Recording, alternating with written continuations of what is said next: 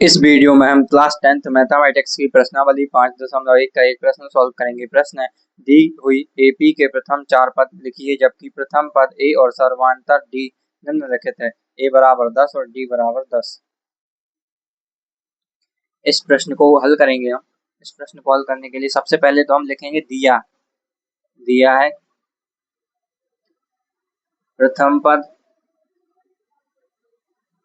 ए बराबर 10 दिया है और सर्वांतर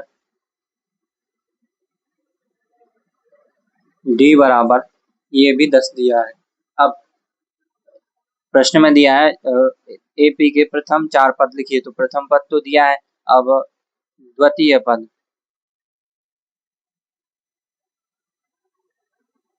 A2, इसको कैसे निकालेंगे? प्रथम पद यानी A प्लस डी, तो A क्या है? A 10 है और D भी 10 है, तो द्वितीय पद यानी A2 ये 20 आ जाएगा। अब तृतीय पद निकालेंगे, इसको A3 लिखेंगे। ये क्या होगा? A2 में यानी दूसरे पद में हम सर्वांतर जोड़ देंगे तो तीसरा पद हमें प्राप्त हो जाएगा। तो दूसरा पद 20 था, 20 में हम D जोड़ देंगे, D 10 है, 10 को 20 और 30 को जोड़ेंगे तो 30 प्राप्त होगा। तीसरा पद 30 आ गया। अब चौथा पद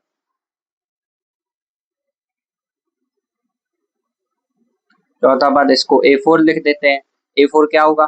तीसरे पद में हम सर्वांतर जोड़ देंगे तो हमें चौथा पद प्राप्त होगा यानी A3 प्लस D, तो ये चौथा पद होगा। तो A3 क्या था? निकाला था 30 निकाला था और सर्वांतर हमें 10 दिया था, तो 30 प्लस 10 बराबर ये 40 हो जाएगा। तो ये दूसरा, तीसरा और चौथा ये तीन पद और निकाल लिए। प्रथम पद दिया था तो ये प्रथम पद 10 है,